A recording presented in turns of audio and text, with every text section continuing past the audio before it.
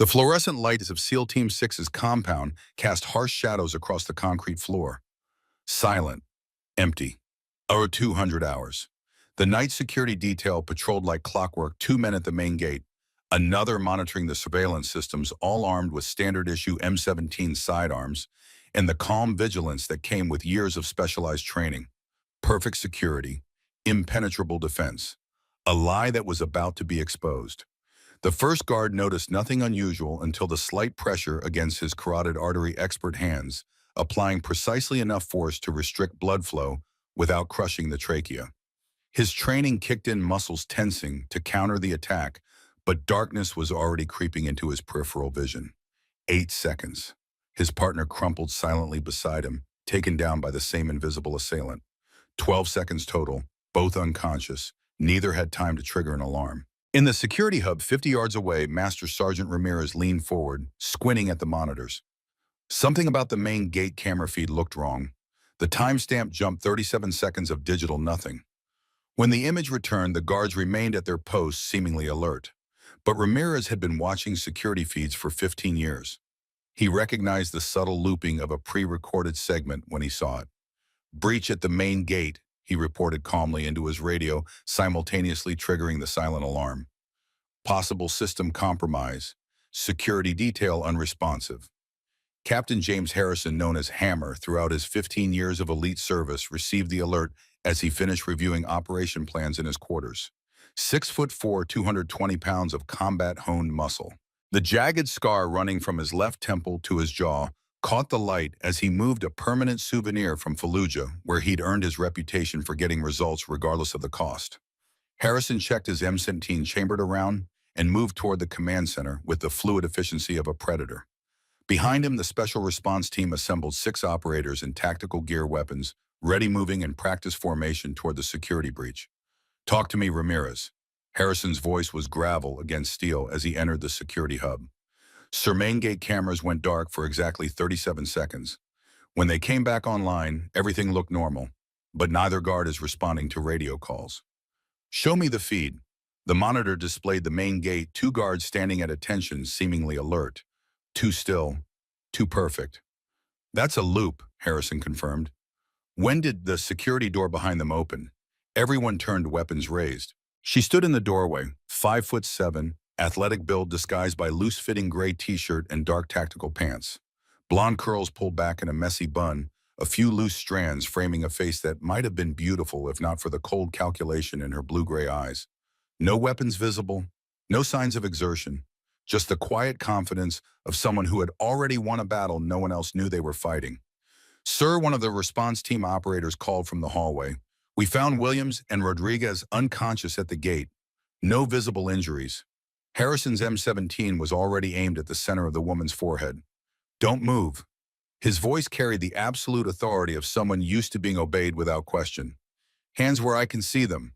The woman complied, raising her hands slowly to shoulder-height, palms forward.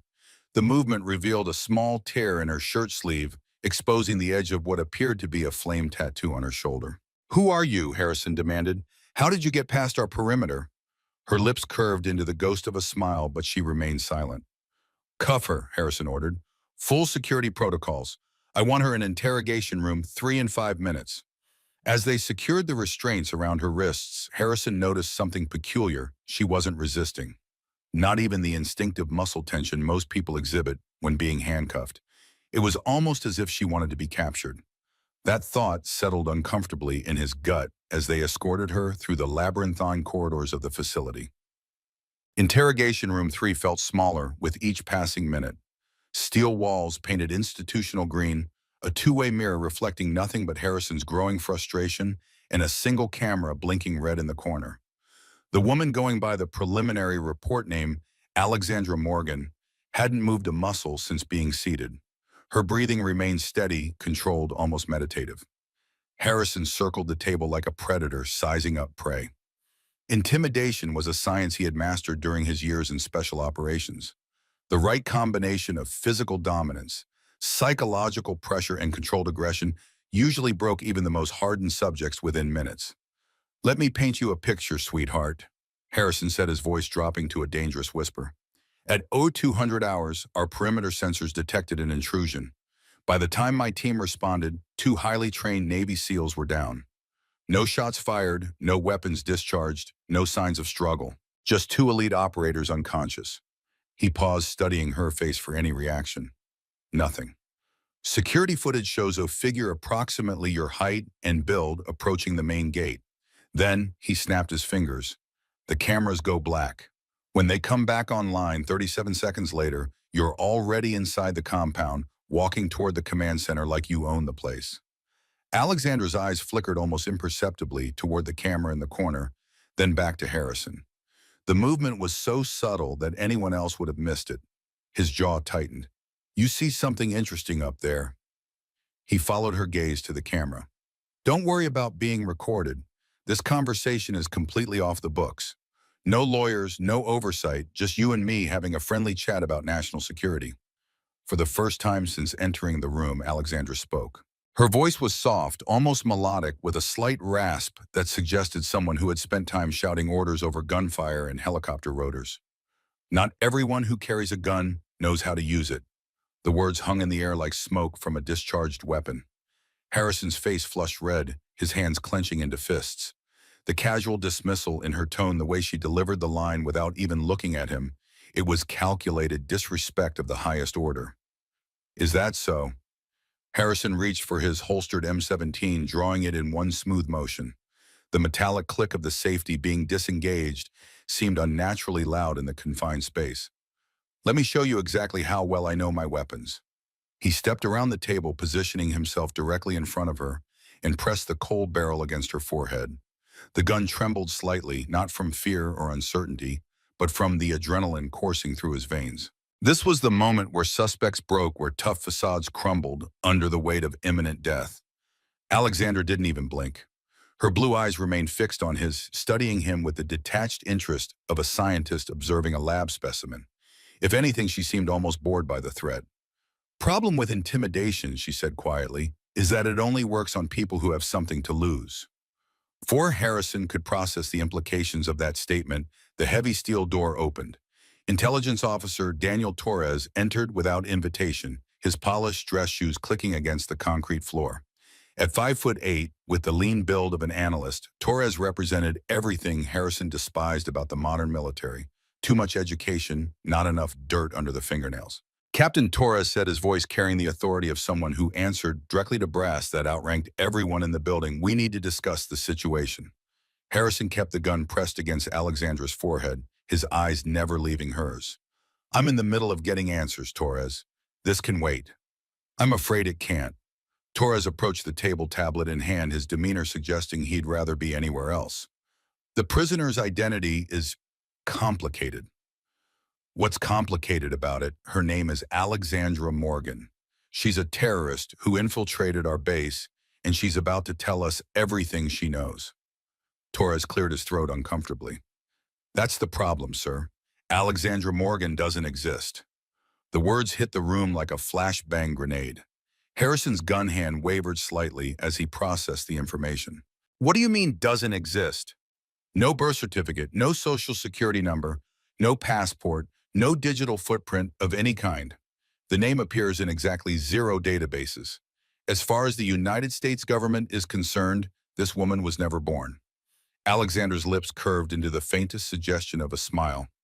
"Careful, Torres. You're starting to ask the right questions." Torres nearly dropped his tablet.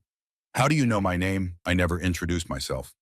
"Staff Sergeant Daniel Torres, Intelligence Corps, serial number 749-885567. Graduated summa cum laude from Georgetown, recruited straight out of college, assigned to cyber warfare analysis before transferring to human intelligence. Your wife Maria is pregnant with your first child, a daughter you plan to name Isabella after your grandmother." The silence that followed was absolute. Torres's face had gone white as printer paper, his hands visibly shaking as he struggled to comprehend how a prisoner could possibly know such intimate details about his life. Harrison pressed the gun harder against Alexandra's skull. "How the hell do you know that information?" "I know a lot of things," she replied evenly, "including the fact that your weapon has a round chambered, but the magazine is only loaded with 14 rounds instead of the standard 17. You've been practicing quick draws in the mirror of your quarters, haven't you, Captain? Trying to recreate that scene from your favorite action movie, the one where the hero intimidates the bad guy into talking. Harrison's face cycled through confusion, recognition, and then something approaching terror. She was right. He had been practicing quick draws, something he'd never admitted to anyone, and the magazine count was accurate down to the exact number. Lucky guess, he said, but his voice lacked conviction. Third drawer of your desk contains a letter you've written and rewritten 47 times to the family of Corporal Henderson, the soldier who died under your command in Syria. You can't bring yourself to send it because you know that words can't bring their son back. And deep down, you blame yourself for the decision that got him killed. This time, Harrison actually stumbled backward, the gun dropping from Alexandra's forehead. The letter was real, hidden exactly where she said it would be written, exactly as she described. The guilt over Henderson's death was something that haunted his every waking moment and several sleeping ones as well.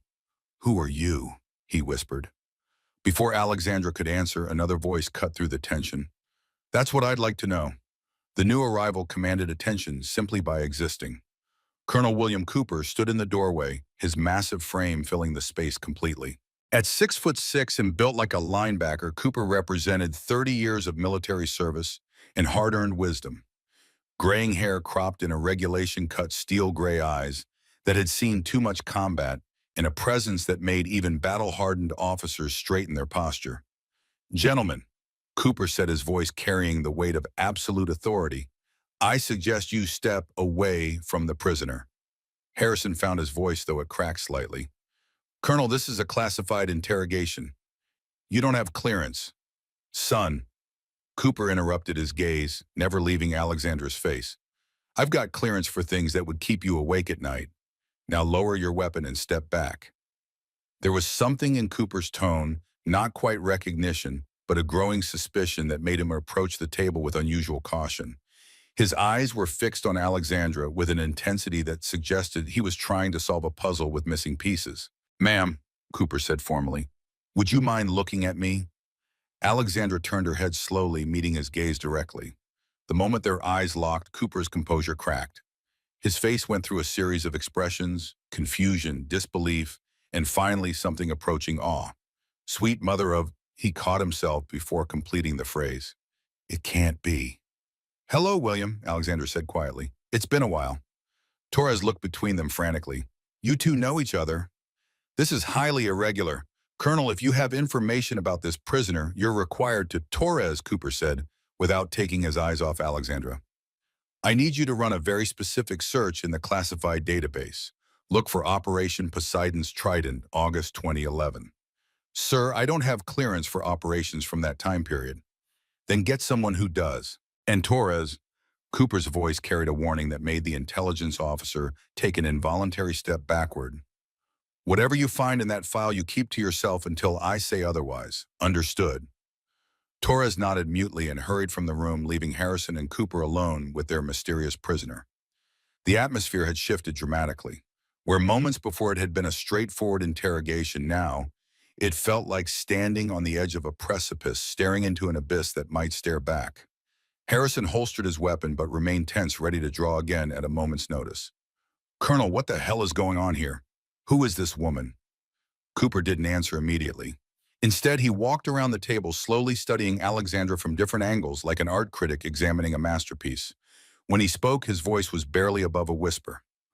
Operation Poseidon's Trident was a classified extraction mission in Afghanistan. 6 operators went in to recover a high-value target from Taliban custody. It was supposed to be a routine snatch and grab. He paused, his hands clenching and unclenching, unconsciously. 5 operators never made it home. Alexandra's expression remained neutral, but something flickered in her eyes, pain perhaps, or the weight of old memories. The official report listed all 6 operators as killed in action. Cooper continued, "Bodies recovered, families notified, flags folded and presented, closed casket funerals because the remains were compromised."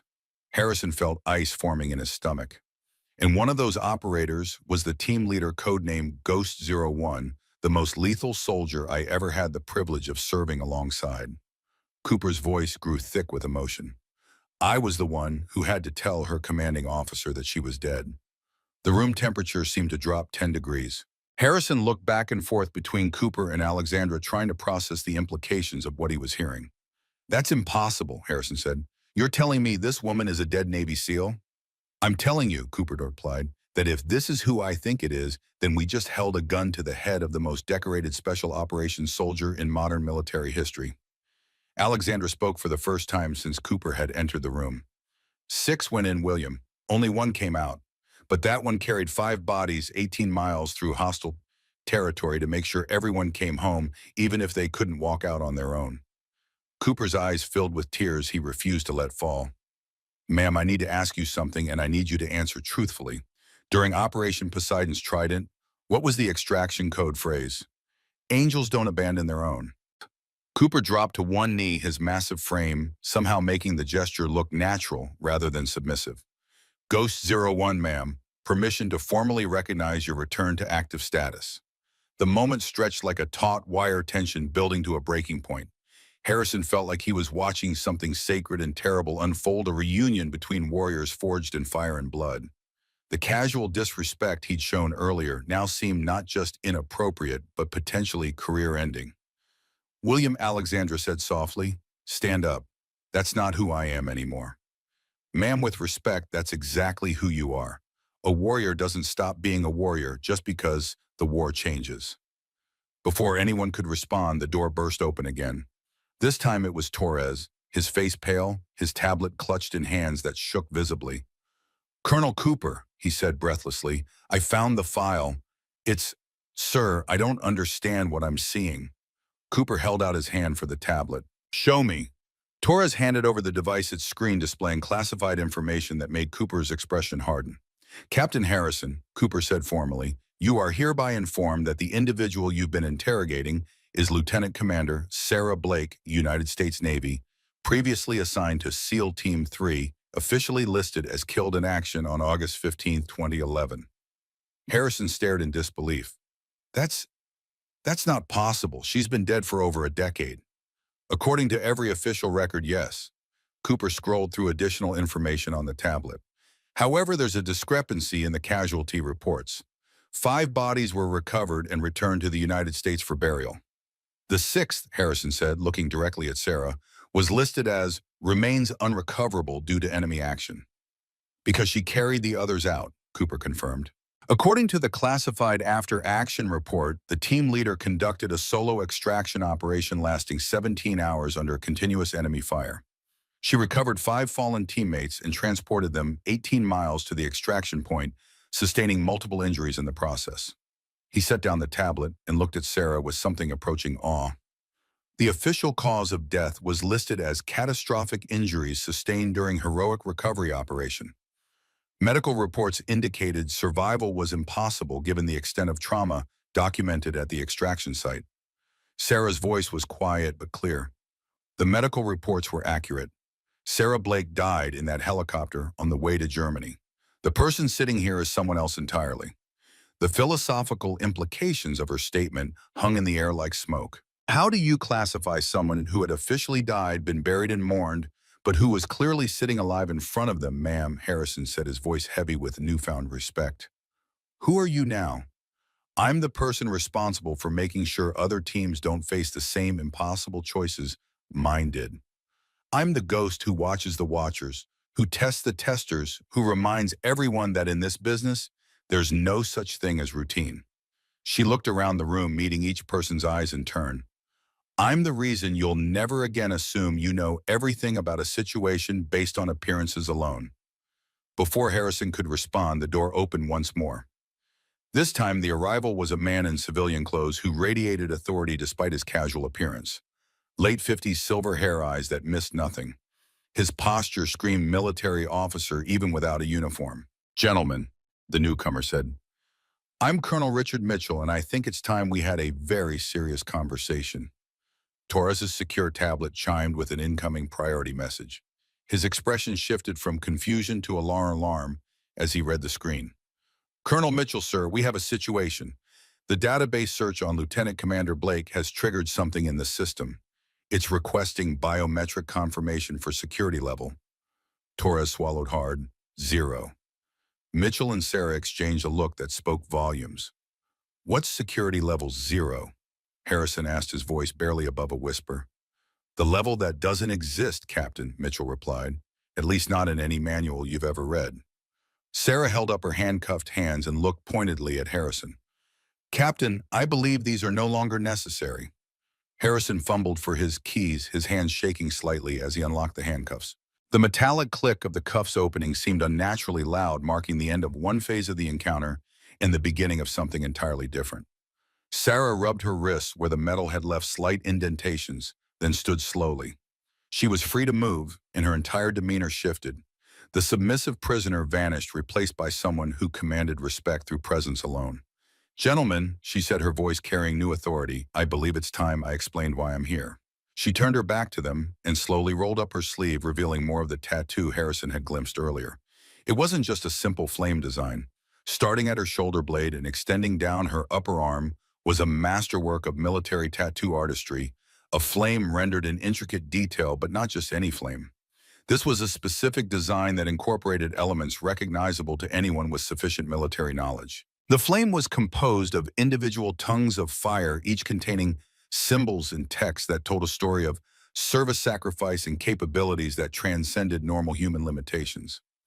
At the base of the flame, barely visible unless viewed from exactly the right angle, were 6 small symbols that looked like grave markers. Each bore initials that corresponded to teammates she had lost during Operation Poseidon's Trident, a permanent memorial to warriors who had died under her command. But it was the text woven throughout the flame design that made everyone in the room understand they were in the presence of something extraordinary.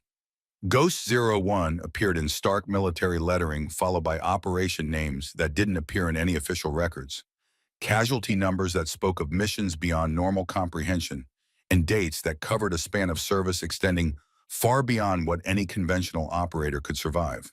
Gentlemen, Mitchell said, his voice cutting through the stunned silence. Welcome to Ghost Protocol. At that exact moment, alarms began sounding throughout the facility. Not the harsh klaxons that indicated immediate threats, but the subtle chimes that suggested significant developments requiring command attention. Torres checked his tablet, his face growing paler with each word he read. Sir, we're receiving reports of security breaches at multiple SEAL facilities, Coronado, Little Creek, Pearl Harbor, all reporting similar infiltrations. Mitchell didn't look surprised.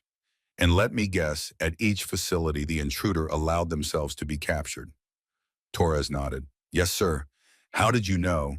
Sarah and Mitchell exchanged a look that suggested this was all part of some larger plan. Because Officer Torres, Sarah said calmly, those intruders are also ghosts. And today is the day we determine whether America's Special Operations Forces are prepared for the threats they don't know exist. As if on cue, the facility's power flickered twice before stabilizing. A subtle change in the air circulation system followed, barely noticeable unless you were trained to recognize such things. That wasn't a power surge, Harrison said quietly, his training picking up on details others might have missed. Someone just activated the facility's emergency protocols. Mitchell's secure device chimed with a priority message. His expression darkened as he read it. It appears our evaluation exercise has been compromised, he said grimly. We've intercepted communications suggesting coordinated enemy action against all SEAL facilities simultaneously. Sarah's expression shifted from professional detachment to focused intensity. Show me. Mitchell handed her his secure tablet. She scanned the information, her eyes narrowing with each passing second. This isn't an evaluation anymore, she said, looking up at the men surrounding her. This is actual hostility. Someone is using our testing protocols as cover for something far more dangerous. What kind of hostility? Harrison asked, his hand instinctively moving to his sidearm. Before Sarah could answer, the facility's main lights went out completely, leaving them in darkness for 3 seconds, before emergency lighting bathed the room in an eerie red glow.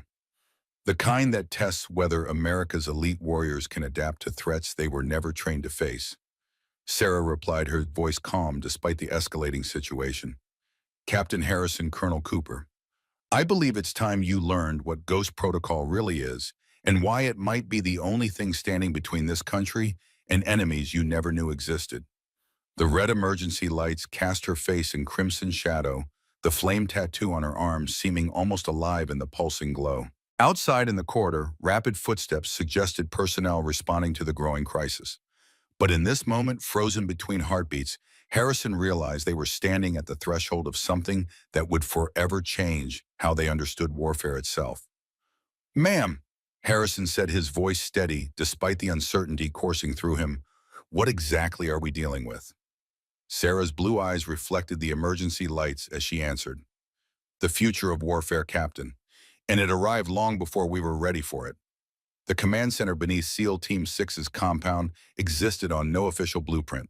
Secured behind 3 feet of reinforced concrete and accessible only through biometric scanners calibrated to recognize a select few individuals, it represented the pinnacle of classified military technology, a nerve center designed to withstand everything from direct missile strikes to electromagnetic pulse attacks. As Sarah led the small group through the final security door, Harrison's tactical mind cataloged details with professional precision: recessed lighting designed to function during power failures, workstations arranged for maximum efficiency, and display screens showing real-time intelligence feeds from around the world.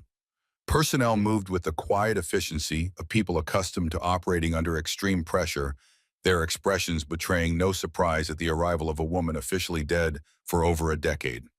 "Welcome to Ghost Command," Sarah said, her voice carrying the weight of someone unveiling a long-held secret. "This facility monitors threats that don't make it into your official intelligence briefings."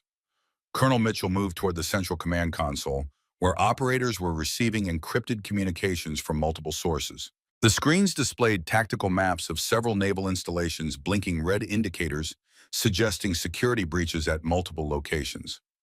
"Status report," Mitchell barked to a young officer monitoring communications. "Sir, we have confirmed infiltrations at Coronado, Little Creek, and Pearl Harbor. All Ghost operatives successfully reached Phase 2 objectives before allowing themselves to be captured." But the officer hesitated. "We're detecting anomalous electronic signatures at all 3 locations, patterns that weren't part of the exercise parameters." Sarah's expression hardened. "Show me the signature analysis." A nearby screen shifted to display waveform patterns, electronic fingerprints that made Harrison's blood run cold. During his deployment in Eastern Europe, he'd seen similar patterns when Russian cyber units targeted NATO communication systems, but these were more sophisticated, more focused. "That's not possible," Torres whispered, staring at the display. "Those signatures match Black Star protocols." "Black Star," Harrison asked, the name unfamiliar yet clearly significant based on Torres's reaction. Before anyone could answer, the main display shifted to a tactical overview of global military installations. Red warning indicators blinked at multiple sites, suggesting a coordinated operation far beyond typical threat parameters. "Black Star," Mitchell said grimly, "is a shadow intelligence organization formed after the Soviet Union's collapse. Former KGB officers, Spetsnaz operatives, and state-sponsored hackers operating outside any government authority, but with access to Cold War-era intelligence networks and weapon systems." He gestured toward one of the analysts, who brought up a file photo on the main screen: an aging man with steel gray hair and eyes that reflected decades of calculated violence. The image had the grainy quality of surveillance photography taken under difficult conditions. General Viktor Sokolov, former commander of Russia's most elite Spetsnaz unit during the Cold War, officially retired in 1991, but intelligence suggests he spent the next decade building a private military organization using former Soviet assets. Sarah studied the photo with the focused intensity of someone memorizing details for future reference. "We've suspected Black Star involvement in several operations over the past 5 years, but could never definitively prove their existence. They're ghosts just like us, but with very different objectives." "Which are?" Harrison asked, struggling to process the implications of what he was hearing.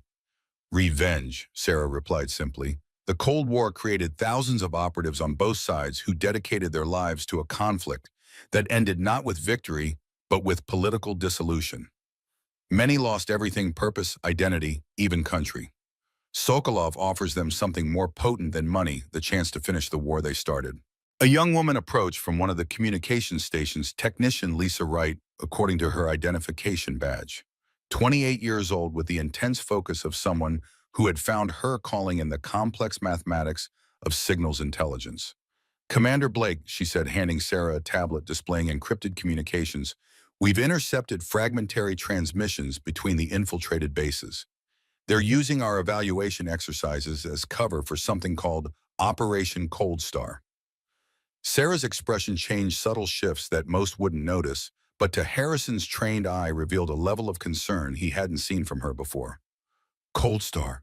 She whispered the word, carrying weight beyond its syllables. Are you certain?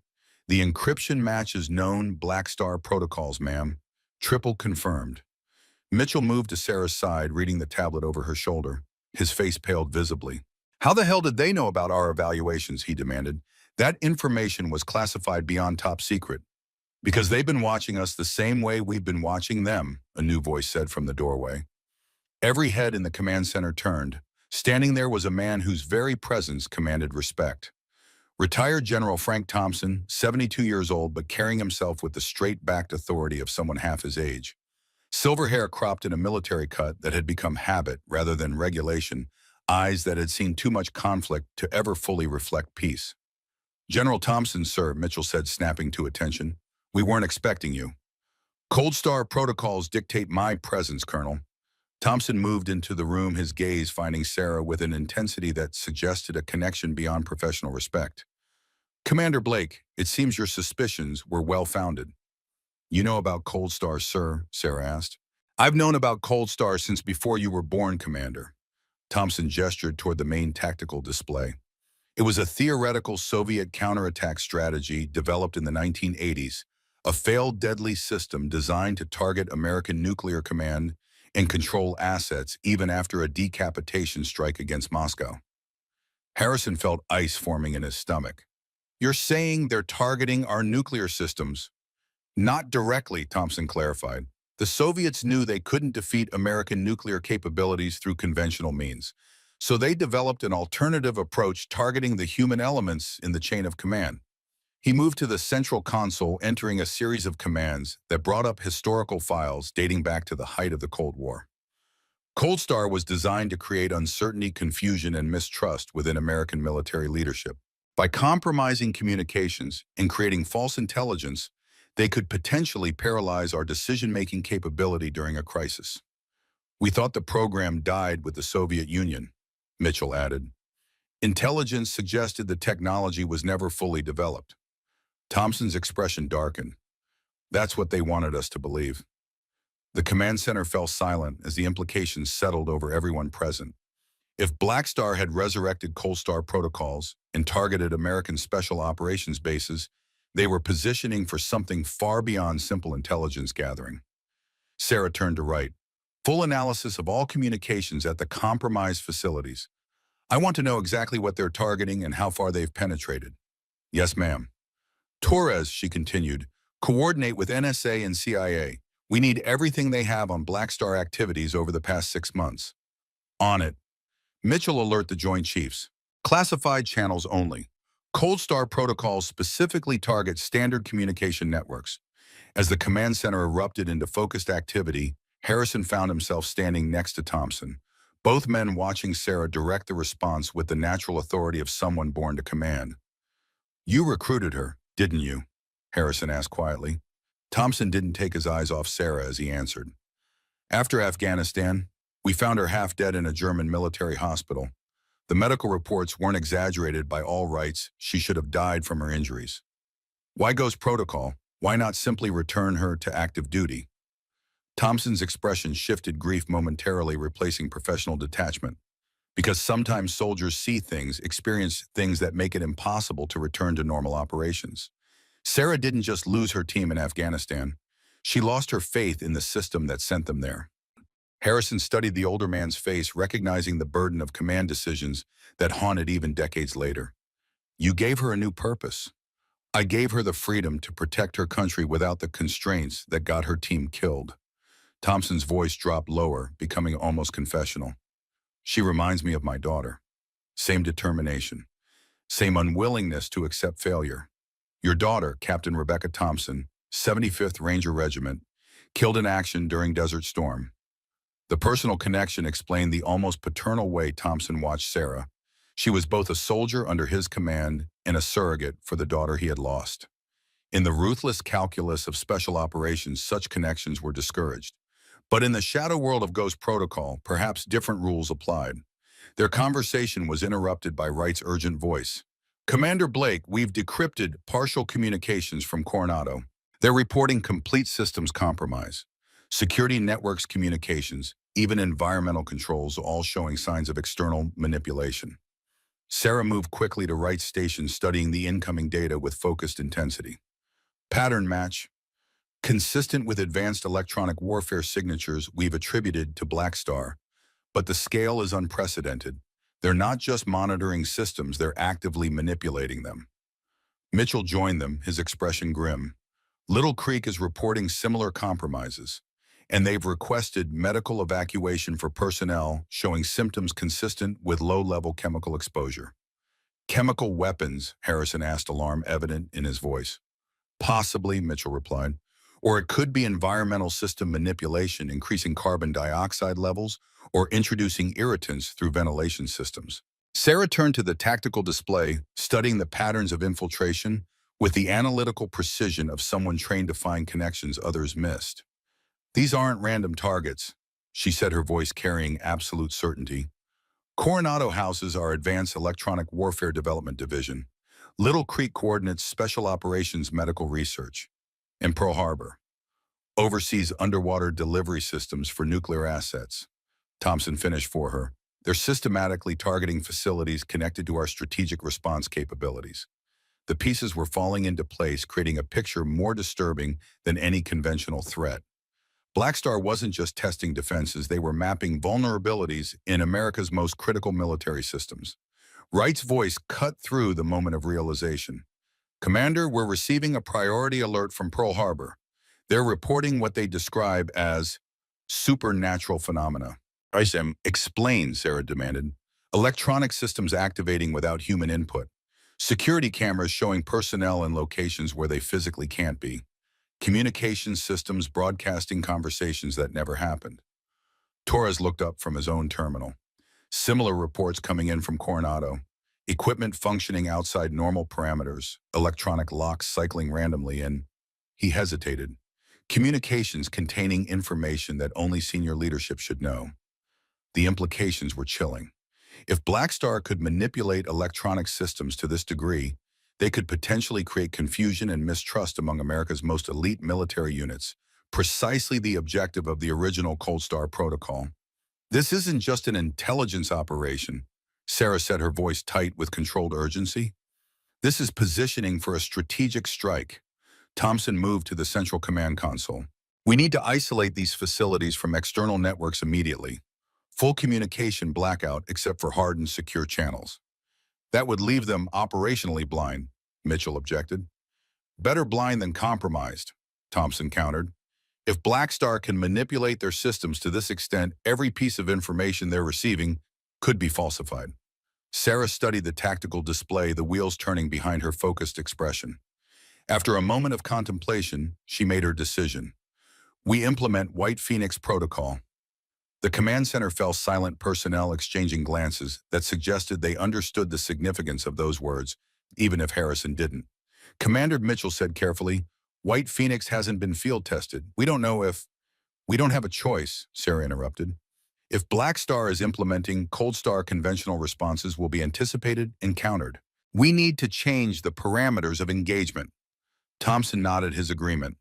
"Authorize White Phoenix full deployment." Mitchell moved to a secure console, entering a series of commands that required multiple biometric confirmations. When the final authorization was accepted, the tactical display shifted, showing new operational parameters that redefined the entire situation. "White Phoenix Protocol activated," the system announced in a synthesized voice. "All Ghost Protocol operatives authorized for Level 0 engagement. Conventional restrictions suspended." Harrison watched this unfold with growing unease. "Would someone mind telling me what the hell White Phoenix is?" Sarah turned to him, her expression deadly serious. "Captain, White Phoenix is the protocol we developed for situations where conventional military responses would be ineffective or counterproductive. It removes all standard restrictions on ghost operatives and authorizes them to use capabilities that don't exist in any military manual. What kind of capabilities? Instead of answering directly, Sarah moved to a section of the command center Harrison hadn't noticed before, a secured area containing equipment lockers marked with codes rather than conventional military designations. General Thompson, she said formally, I'm implementing full White Phoenix deployment. I need strike teams at all compromised facilities within the hour. Authorized, Thompson replied without hesitation. Select your personnel. Sarah's gaze swept the command center before settling on Harrison, Cooper, and Torres. These three, plus Wright for technical support.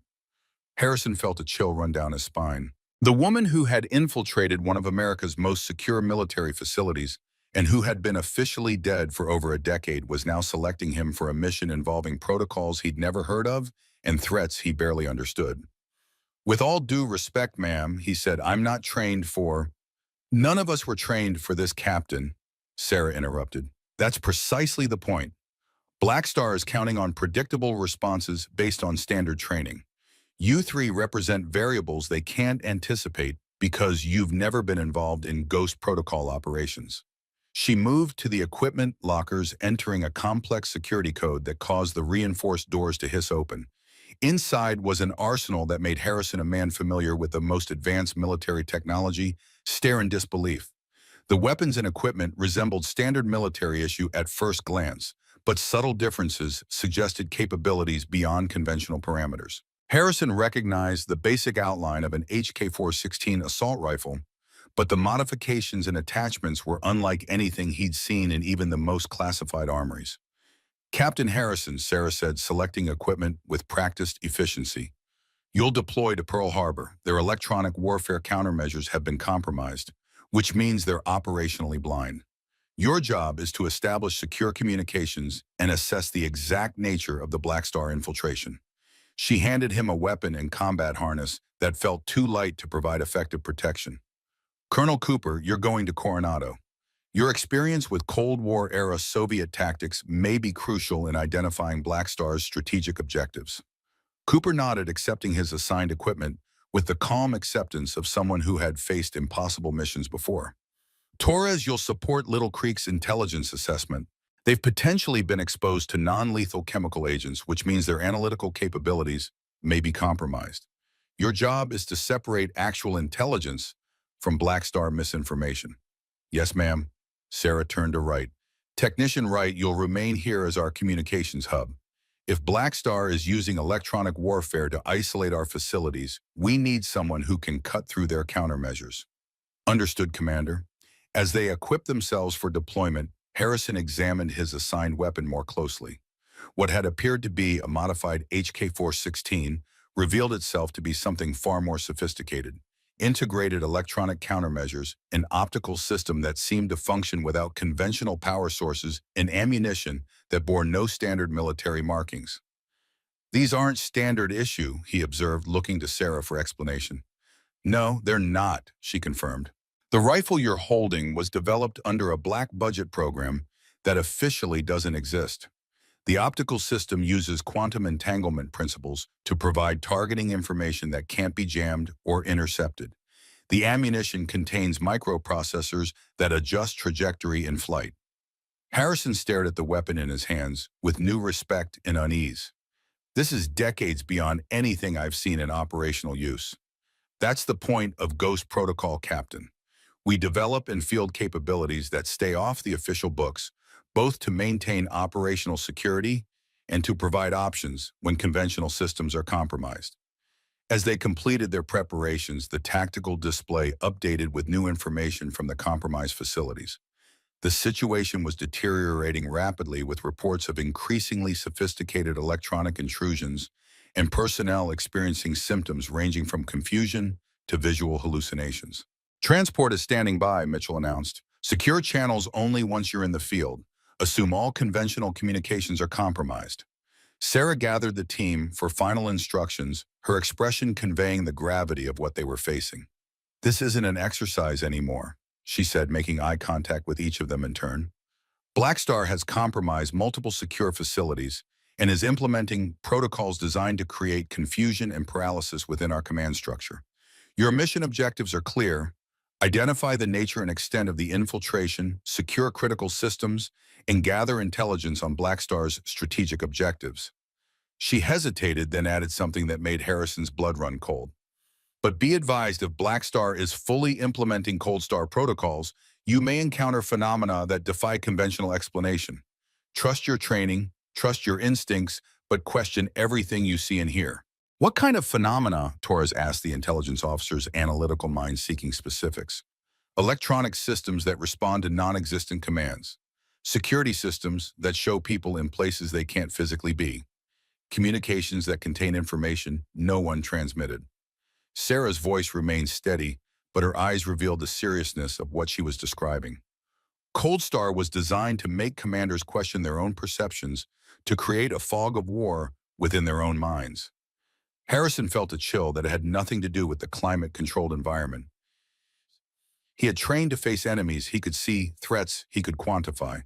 But how did you fight an adversary who could manipulate your very perception of reality? As if reading his thoughts, Sarah approached him directly. Captain, I selected you for this mission for a specific reason. Your psychological profile indicates an unusual resilience to manipulation and suggestion. In Fallujah, when your unit received falsified intelligence that nearly led them into an ambush, you were the one who recognized the inconsistencies and countermanded the orders. Harrison remembered that day with perfect clarity, the nagging feeling that something was wrong with their intelligence, the decision to disobey direct orders, the discovery later that their communications had been compromised by insurgents. His commanding officer had both commended his initiative and reprimanded his insubordination. That wasn't special training, he said, just instinct. Sometimes instinct is more valuable than training, Sarah replied, especially when facing threats designed to exploit that training. Before Harrison could respond, Wright called out from her communication station. Commander Blake, we're receiving new intelligence from NSA. They've detected unauthorized access attempts against our strategic missile command networks. Pattern consistent with previous Black Star operations. The command center erupted into controlled chaos, operators moving with urgent purpose as the threat assessment escalated from serious to potentially catastrophic. Thompson moved to the main tactical display, his expression grim. They're not just testing our special operations capabilities. They're positioning for a strike against our nuclear command and control infrastructure. How is that even possible? Mitchell demanded. Those systems are air-gapped, physically isolated from external networks. Not all of them, Torres said quietly, his intelligence background providing insights others lacked. There are human interfaces at multiple points in the chain of command personnel who transfer data between systems, who make decisions based on the information they receive. If Black Star can compromise those personnel through misinformation, well, they can potentially affect strategic decisions without ever breaching the physical security of the command systems. Sarah finished for him. That was always the genius of Cold Star. It targets the human element rather than the technology. The implications were staggering. If Black Star could create enough confusion, enough mistrust within America's military command structure, they could potentially trigger responses to threats that didn't exist or prevent responses to real ones. Harrison felt the weight of responsibility settling over him like a physical burden. What had begun as a routine security incident, an intruder in a Navy SEAL facility, had escalated into something that potentially threatened national security at the highest levels. Time to deploy, Sarah announced, checking her own equipment with practiced efficiency. Transport leaves in 5 minutes. Final communications check on secure channels only. As they prepared to move out, Thompson approached Sarah, his expression conveying concern beyond professional duty. Sarah, he said quietly, using her first name rather than rank or title, are you certain about this White Phoenix authorization means? I know what it means, she interrupted gently, but we're out of conventional options. If Black Star has fully implemented Cold Star, we need to respond with the capabilities they can't anticipate. Thompson nodded, accepting her assessment with the trust born from years of shared operations. Just come back this time. I've attended your funeral once. I'd prefer not to do it again. A ghost of a smile crossed Sarah's face. No promises, old man, but I'll do my best. The moment of personal connection passed, quickly replaced by professional focus as they moved toward the transport area. But Harrison had seen enough to understand that beneath the protocols and procedures, Ghost Protocol was built on relationships forged through shared sacrifice connections that transcended conventional military hierarchy. As they approached the secure elevator that would take them to the surface, Sarah paused, turning to address the team one final time. "Gentlemen," she said, her voice carrying the weight of command, "what you've learned today places you in a very select group. You now know about threats and capabilities that most of your colleagues will never encounter. That knowledge comes with a responsibility." She looked each of them in the eye, her gaze both evaluating and challenging. "From this moment forward, you're no longer just special operators. You're guardians against threats that exist beyond conventional understanding. Your mission isn't just to protect your country from enemies it recognizes, but from those it doesn't even know exist." The elevator doors opened, revealing the passage that would take them from the shadow world of Ghost Protocol back to the surface and the missions awaiting them. Harrison felt a curious sense of transformation, as if by stepping through those doors, he was leaving behind not just a facility, but an entire worldview limited by conventional military thinking.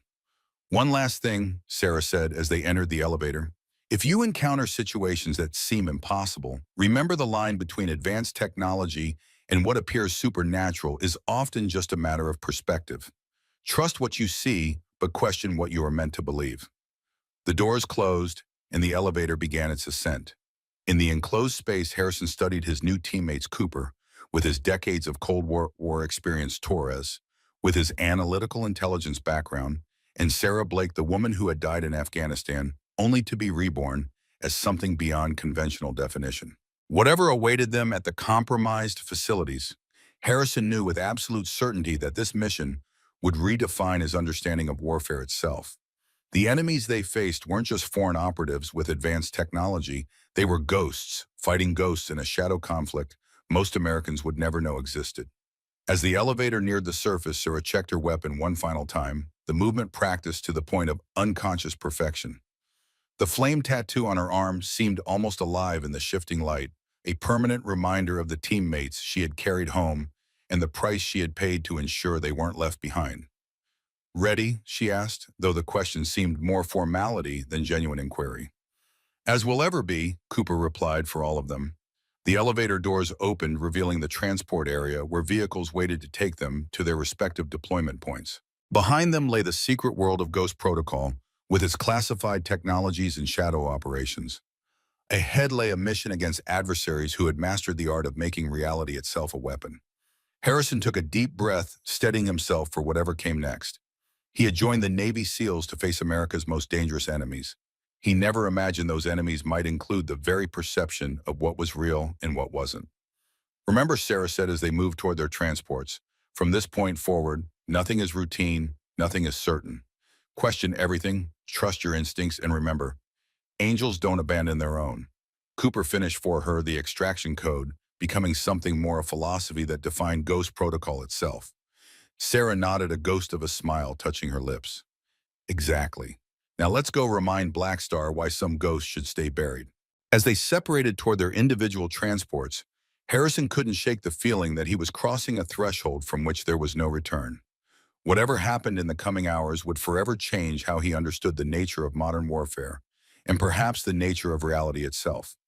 The last thing he saw before boarding his transport was Sarah Blake standing in the pre-dawn light, her posture reflecting absolute readiness for whatever came next. Not just a soldier, not just a commander, but something the military had no classification for: a ghost, with purpose, a warrior who had died so that something more effective could be born. And as his transport lifted off, Harrison realized with perfect clarity that he was no longer just fighting for his country. He was fighting for a truth most people would never know existed. The Black Hawk helicopter sliced through pre-dawn darkness, its modified engines emitting a fraction of the noise produced by standard military aircraft. Inside the dimly lit cabin, Harrison studied the mission briefing displayed on a secured tablet, details of Pearl Harbor's security systems personnel rosters, and the precise nature of the anomalies reported over the past 6 hours. The symptoms followed a clear progression: first minor electronic glitches in non-critical systems, then increasingly sophisticated manipulation of security networks, Finally, what base personnel described as impossible events. Surveillance footage showing individuals in locations they couldn't physically reach, communication systems, broadcasting conversations that never happened, and command staff receiving contradictory orders that appeared to come from legitimate sources. Cold Star 101, Cooper had explained during their final briefing. Soviet psychological warfare designed to paralyze command decision-making by creating uncertainty and mistrust. Harrison glanced at his watch, 0430 hours. Pearl Harbor was operating under security lockdown, all non-essential personnel confined to quarters, strategic assets secured under heightened protocols. But if Black Star had already compromised their electronic systems, those protocols might be providing nothing more than an illusion of security. 5 minutes to insertion, the pilot announced through the secure communication channel. Be advised, we're detecting unusual electromagnetic activity across the entire facility. Harrison checked his equipment one final time. The advanced HK-416, with its quantum lock targeting system communications gear designed to function even in environments with extreme electronic warfare, and the specialized combat harness that felt too light to provide effective protection, yet was supposedly capable of stopping rounds that would penetrate standard body armor. The helicopter banked sharply, approaching the designated landing zone from an unexpected vector, a precaution against potential surface-to-air defenses. Through the side viewport, Harrison could see the sprawling naval base illuminated by security lights, the massive infrastructure that supported America's Pacific Fleet spread out beneath him like a detailed model. LZ in sight, the pilot reported. No visible hostiles, but sensors are picking up anomalous signatures near the command center. The Black Hawk touched down with practiced precision, its rotors continuing to turn, as Harrison deployed a combat roll followed by a rapid assessment of the immediate area. Empty tarmac, security perimeter intact, no visible threats. Yet something felt wrong. The base was too quiet, the normal activities of even a secured facility noticeably absent. Harrison secure, he reported through his communications gear, proceeding to primary objective. The helicopter lifted off immediately, banking away from the base and disappearing into the night sky. Harrison was alone now, tasked with penetrating a facility that should recognize him as an ally, but might well identify him as a threat due to compromised security systems. Moving with the practiced stealth of a veteran operator, he approached the nearest structure, an administrative building that would provide access to the base's internal network. The door should have been secured by both electronic locks and human guards. Instead, it stood partially open, interior lights flickering in patterns that suggested power fluctuations. Harrison raised his weapon using its advanced optics to scan for heat signatures or movement. Nothing. Either the building was empty or whatever waited inside didn't register on conventional sensors. Control, this is Harrison, he whispered into his secure communicator. First anomaly encountered. Administrative building Alpha shows signs of security compromise. Proceeding with caution. Copy that, Wright's voice responded from Ghost Command, thousands of miles away. Be advised, we're monitoring unusual communication patterns across the base. Someone's broadcasting encrypted signals on frequencies reserved for nuclear command authority. The implications sent a chill down Harrison's spine. Black Star wasn't just creating confusion, they were positioning themselves to potentially issue false orders to America's nuclear forces. Weapon at the ready, Harrison entered the building, each step measured and silent. The interior matched what he'd studied in the briefing materials, standard naval administrative layout, offices branching from a central corridor, server rooms located in the basement level. But the flickering lights created disorienting shadows, and the air carried a metallic tang that suggested electronic components operating beyond their design parameters. The server room door showed signs of forced entry, subtle but unmistakable to trained eyes.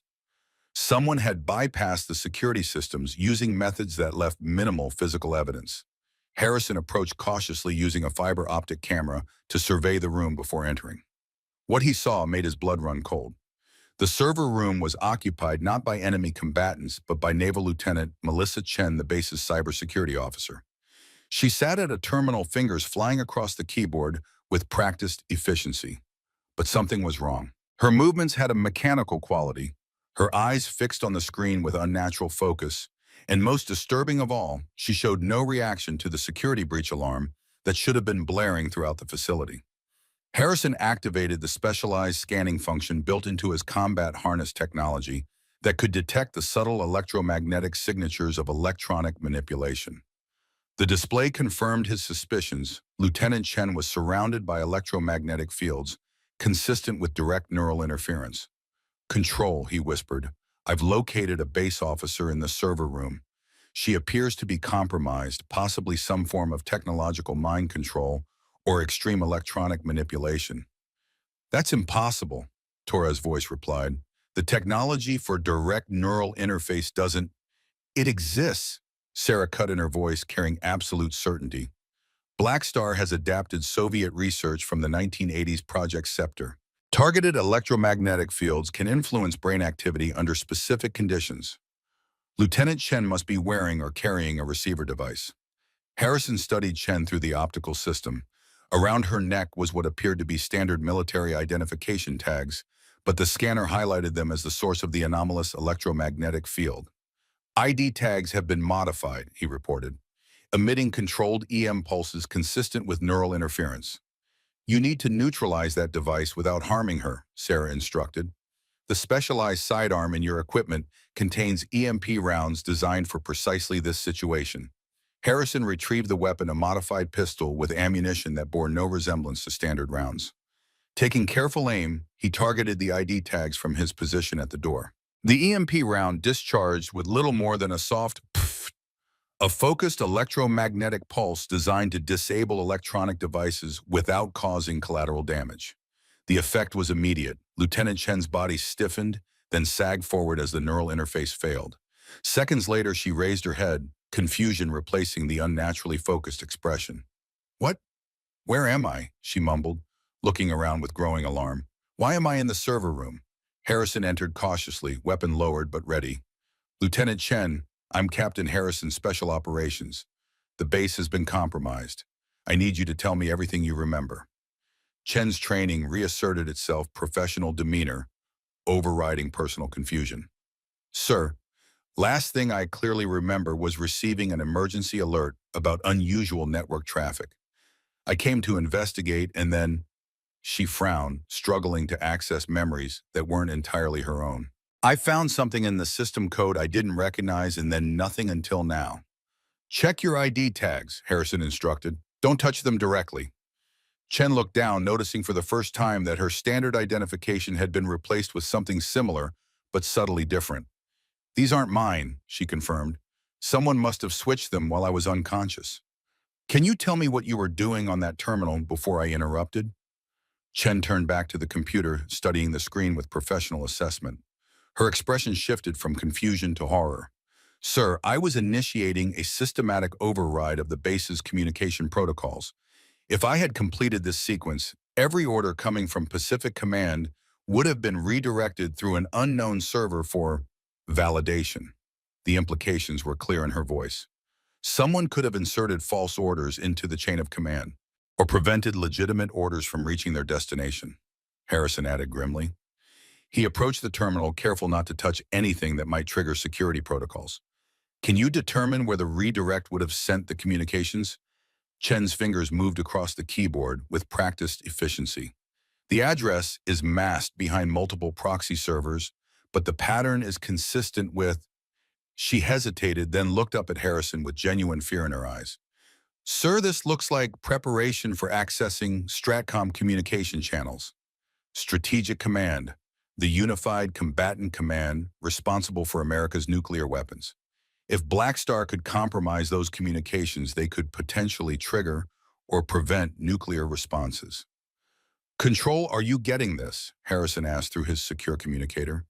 "Affirmative," Sarah replied, her voice tight with controlled urgency. "Similar compromises reported at Coronado and Little Creek. This is a coordinated attack on our strategic command infrastructure."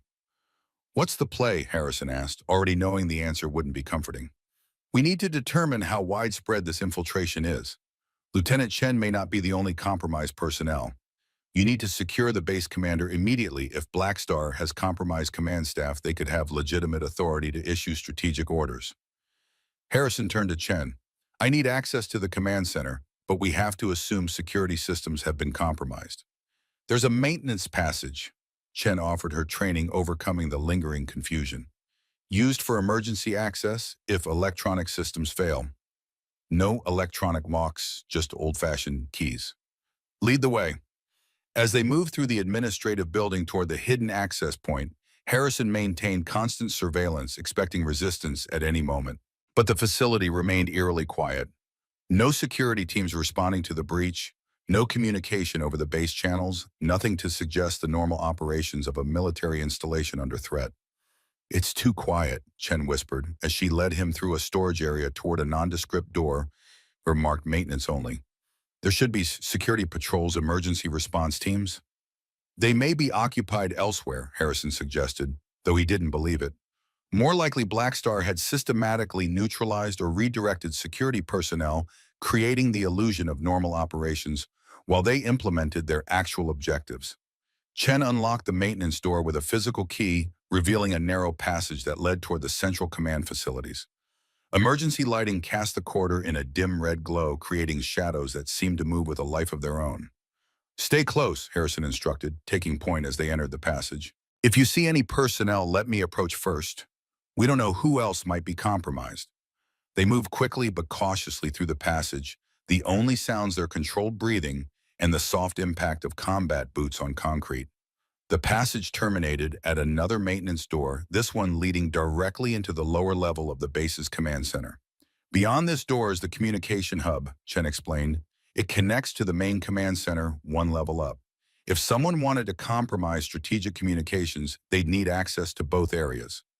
"Is there surveillance on the other side?" "Standard security cameras, but if they've compromised the system, they'll see us coming," Harrison finished. "We need a distraction." He reached into his equipment harness, retrieving a device Sarah had specifically included in his loadout, a quantum interference generator designed to create localized distortions in electronic systems. "This will temporarily disrupt surveillance within a 30-foot radius," he explained.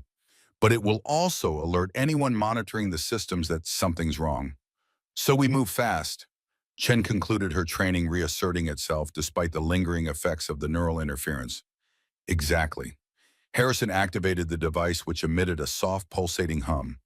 Then he opened the door, weapon at the ready, scanning for immediate threats. The communication hub was a technological nerve center. Banks of servers, communication equipment, and workstations designed to process and relay orders throughout the Pacific Fleet. It should have been staffed by at least a dozen personnel. Instead, only 3 figures were visible, each seated at separate workstations, all displaying the same unnatural focus he had observed in Lieutenant Chen.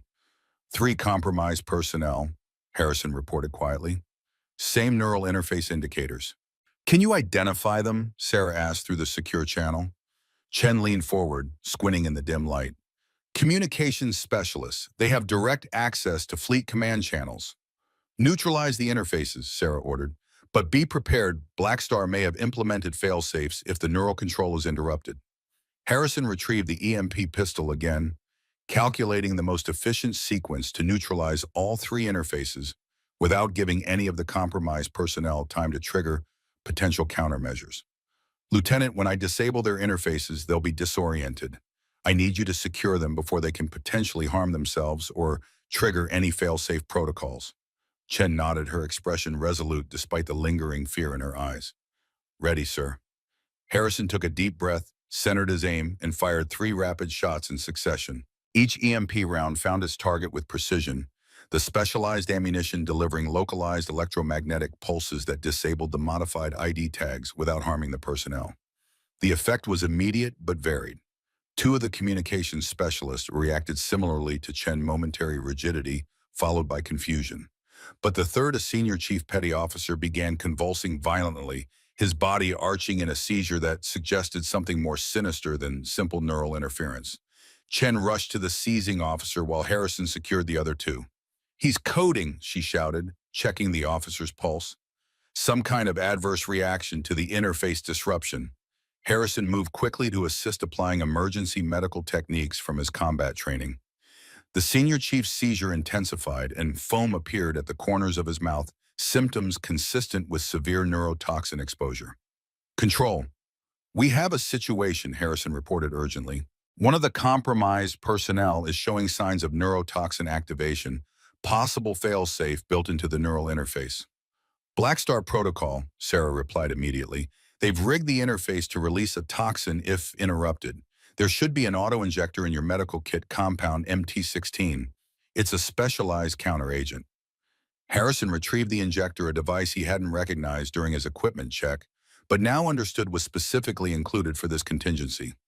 With practiced efficiency, he administered the counteragent to the convulsing officer, watching anxiously for a response. Gradually, the seizure subsided, the senior chief's breathing, stabilizing though, remaining labored. He'll need proper medical attention, Harrison told Chen, but he's stabilized for now. With the immediate medical crisis addressed, Harrison turned his attention to the communication equipment. The screens displayed what appeared to be normal operations routine message traffic, system diagnostics, nothing overtly suspicious.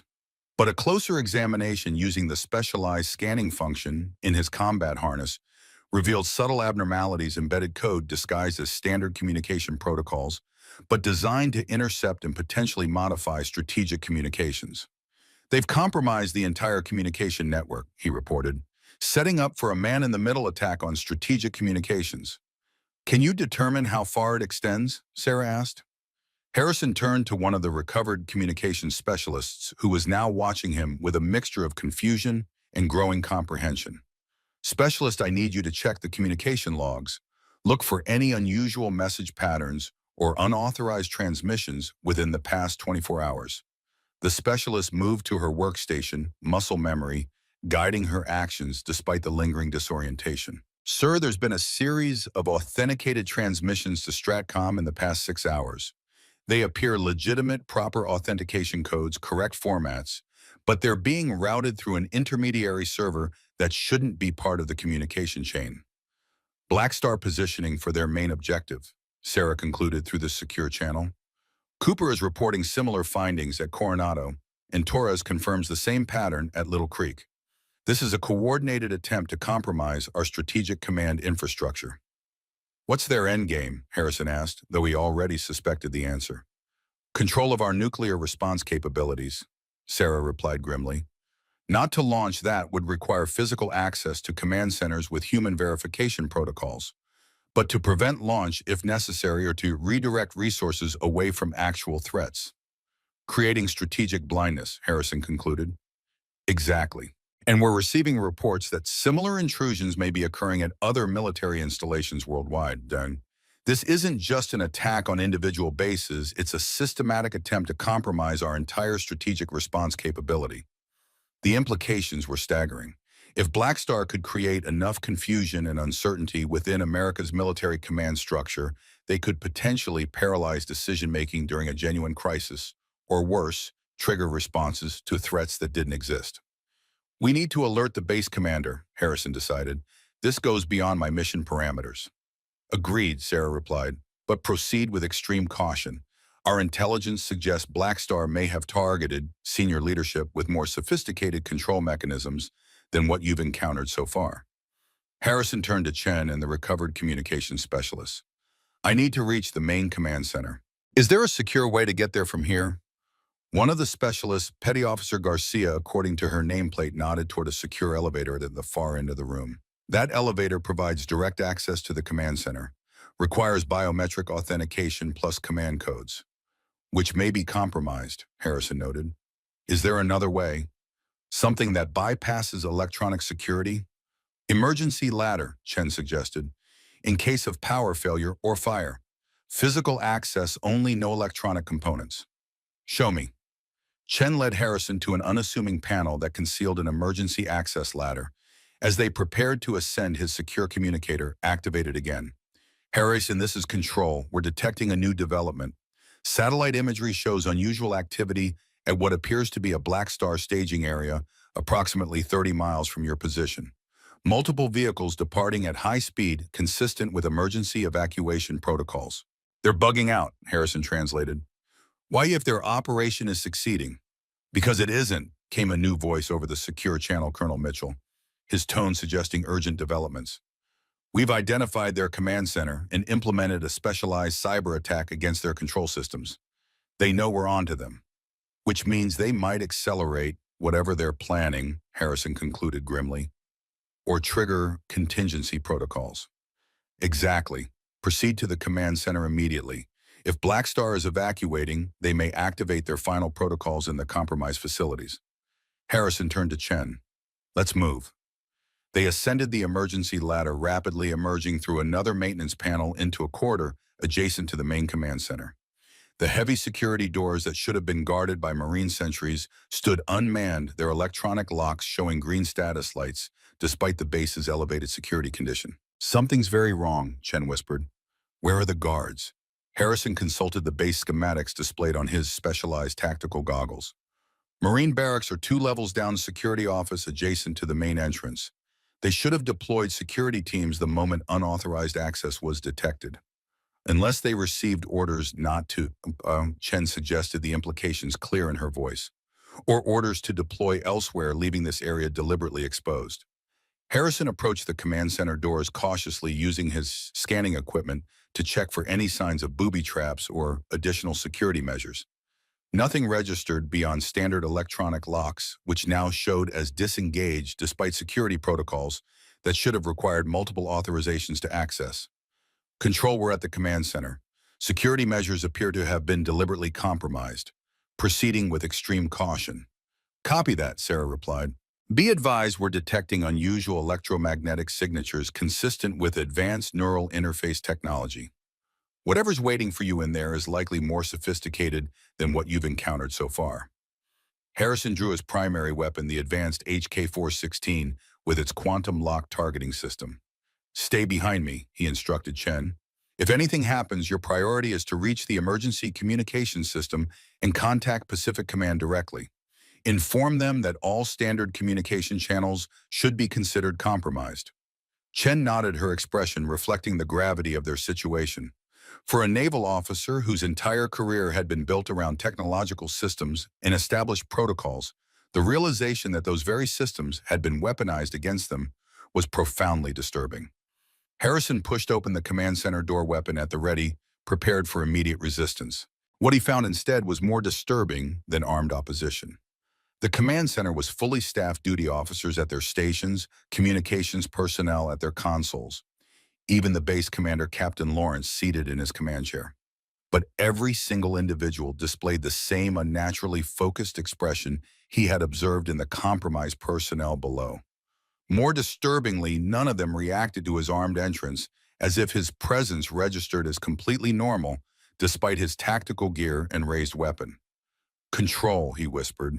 The entire command staff appears to be compromised. I count 12 personnel, all showing signs of neural interface control. That's not possible, Torres objected over the secure channel. The interfaces you encountered earlier required direct physical contact, modified ID tags, or similar devices. They couldn't compromise an entire command center without someone noticing. Unless it's environmental, Sarah suggested, her voice tight with concern. Black Star may have adapted the technology to work through air circulation systems or localized electromagnetic fields generated by the command center's own equipment. Harrison activated his scanner again, sweeping the room for anomalous signatures. The results confirmed Sarah's theory. The entire command center was bathed in a subtle electromagnetic field emanating from what appeared to be standard environmental control systems. They've modified the air handlers, he reported, converting them into field generators that affect the entire compartment. You need to shut down those systems immediately, Sarah ordered. But be prepared, breaking the neural interface connection for multiple individuals simultaneously could trigger fail-safes similar to what you encountered with the senior chief. Harrison assessed the situation, rapidly identifying the environmental control panel on the far wall of the command center. To reach it, he would need to move past multiple compromised personnel, any of whom might react if their control systems perceived a threat. Lieutenant Chen, he said quietly, I need a distraction, something that would seem like a normal part of command center operations. Chen thought for a moment, then nodded. Routine communications check. They conduct one every hour. The next one should be, she checked her watch, in about 10 minutes. But I could initiate one now without raising suspicions. Do it.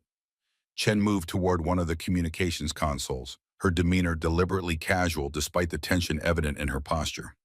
The compromised communications officer didn't react as she approached, his attention fixed on his display with unnatural focus.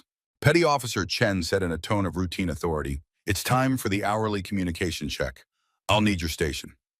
To Harrison's surprise, the compromised officer responded almost normally, vacating his seat with mechanical efficiency. Chen took his place initiating what appeared to be a standard communication protocol, while Harrison used the distraction to move toward the environmental control panel. He had nearly reached his objective when the base commander, Captain Lawrence, suddenly turned in his direction. For a moment, Harrison froze, weapon at the ready, uncertain whether the neural interface had identified him as a threat. But Lawrence's gaze passed over him without recognition, returning to the tactical display with the same unnaturally focused attention. Harrison released a breath he hadn't realized he was holding and continued toward the environmental controls. The panel was standard military design, straightforward interface with redundant systems and emergency overrides. Harrison located the controls for the air handling system, noting the subtle modifications that had converted standard environmental equipment into neural interface technology. Control, I'm at the environmental systems, preparing to deactivate. Be ready for anything, Sarah warned. Shutting down the interface could trigger unpredictable responses from the compromised personnel. Harrison entered the emergency shutdown code, a universal override programmed into all military environmental systems. The panel blinked red, then green as the system processed the command. Gradually, the subtle hum of the air handlers diminished, and the atmosphere in the command center seemed to change, becoming somehow lighter, clearer. The effect on the compromised personnel was immediate but varied. Some, like the communications officers, simply stopped moving their hands, frozen above keyboards, as the neural interface failed. Others, including several junior officers, began showing signs of confusion, looking around as if waking from a deep sleep. But Captain Lawrence's reaction was most disturbing. The base commander convulsed violently, then collapsed from his chair, body rigid, eyes rolled back, symptoms identical to what Harrison had observed in the senior chief below. Medical emergency, Harrison called out, rushing to the commander's side while retrieving the specialized auto-injector from his kit. The MT-16 counteragent worked quickly, stabilizing Lawrence's condition, though leaving him unconscious. Around them, the command center erupted into confusion as personnel recovered from the neural interface effects. Security officers reached for weapons, responding to the perceived threat of an armed intruder until Chen intervened. "Stand down," she ordered with unexpected authority. "This officer is operating under direct orders from Strategic Command. The base has been compromised by hostile forces." Harrison used the moment of uncertainty to take control of the situation. "This facility has been infiltrated by advanced electronic warfare assets. All communication systems should be considered compromised.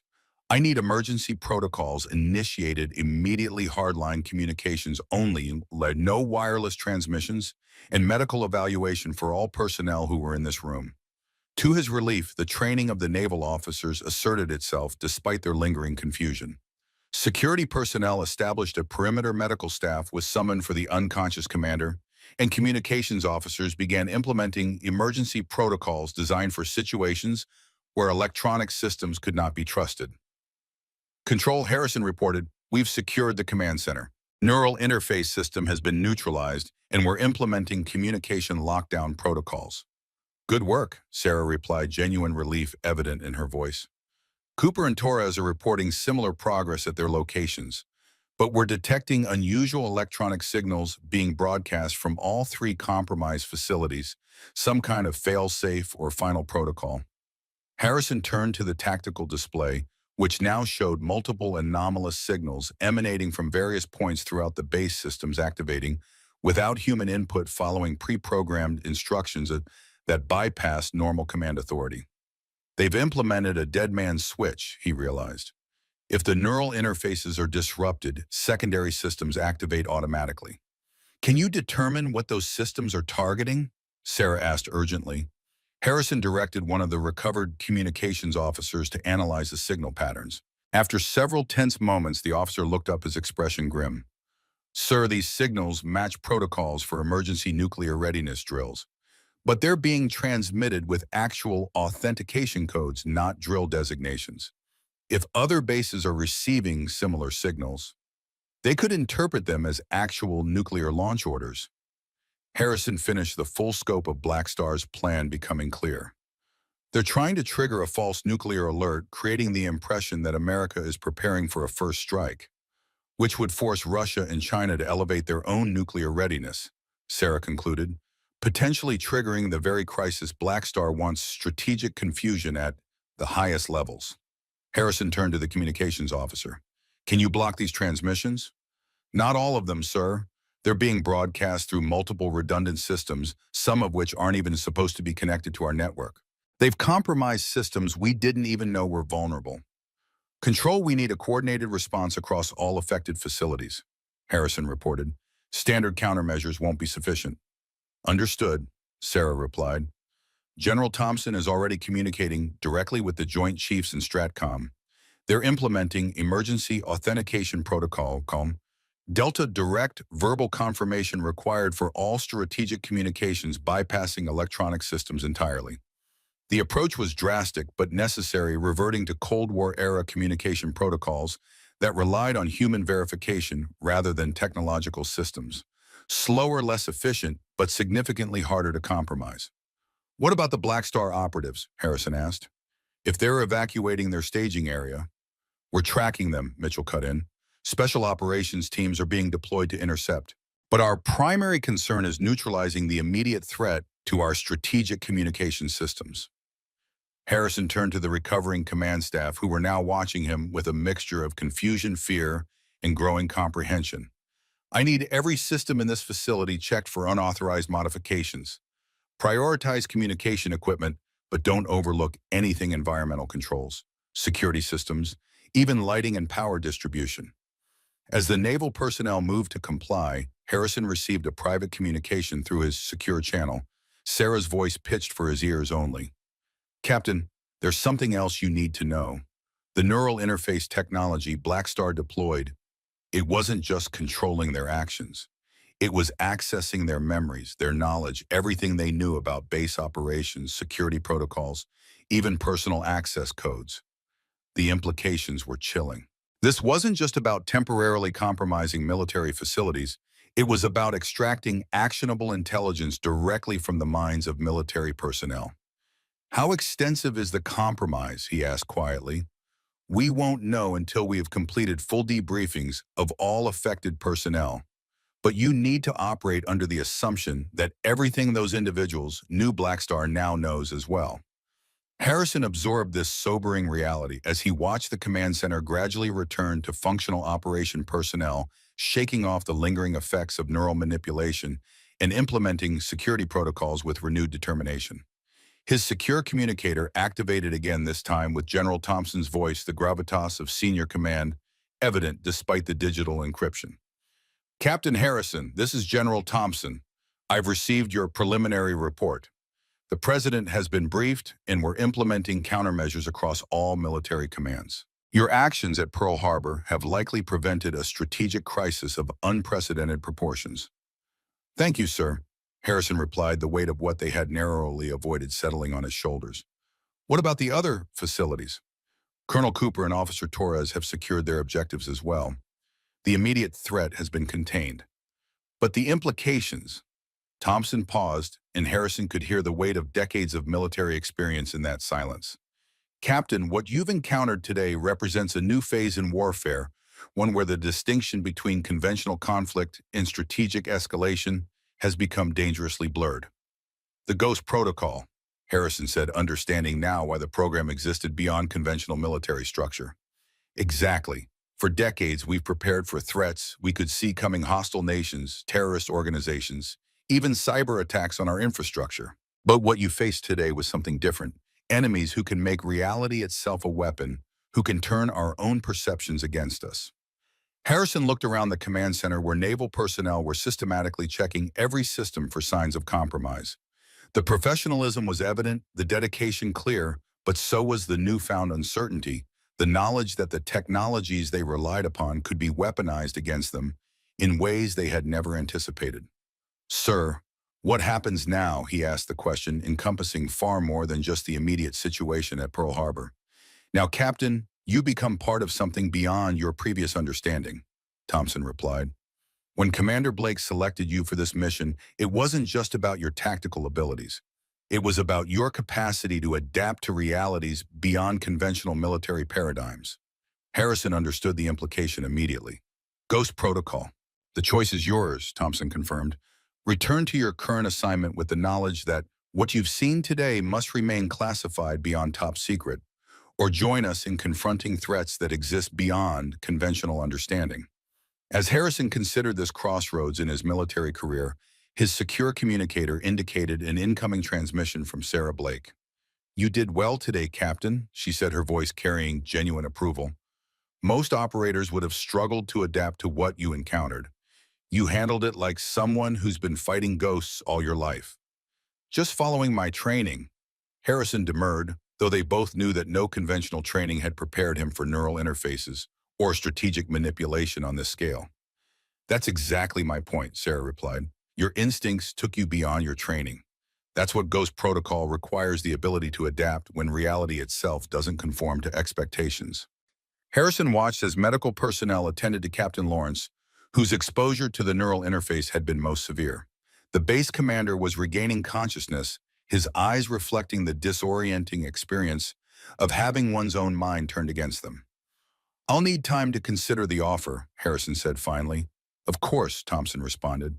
"Complete your current mission. Ensure Pearl Harbor's systems are secure, then report to the coordinates that will be provided through secure channels."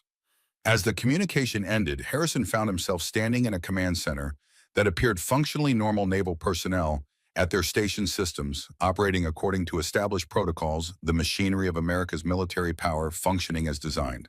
But beneath that appearance of normalcy lay a new understanding that the line between reality and manipulation had become dangerously thin, and that enemies existed who had mastered the art of exploiting that vulnerability.